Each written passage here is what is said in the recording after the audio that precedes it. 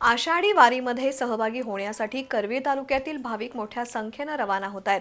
विविध दिंड्या मोठ्या उत्साहात ज्ञानोबा तुकोबाच्या जयघोषात आळंदीच्या दिशेनं प्रस्थान करतायत। आषाढी वारीसाठी करवीर तालुक्यातील अनेक वारकरी दिंड्या जातात। सांगरूळ, म्हारूळ, सावर्डे, प्रयाग चिखलीसह विविध गावागावातील वारकरी दिंड्यांनी मोठ्या उत्साहात आळंदीच्या दिशेनं प्रस्थान केलंय। आळंदी इथं एकत्र आल्यानंतर सर्व दिंड्या संयुक्तपणे पंढरपूरच्या दिशेनं रवाना होतात। सांगरूळ इथल्या संभाजी चव्हाण, पांडुरंग लवटे, केरबा नाळे यांच्या दिंड्या अगोदरच रवाना झाल्या आहेत, तर हरिभक्त परायण रंगराव पाटील, संपतराव दळवी, कीर्तनकार प्रणव राजपूत, जनार्दन डावकरे यांच्या वारकरी दिंड्या आळंदीच्या दिशेनं निघाल्या आहेत। प्रणव राजपूत यांच्या दिंडीचा प्रस्थान शुभारंभ महामंडलेश्वर स्वामीजी आनंद सिद्ध महाराज यांच्या उपस्थितीत झाला।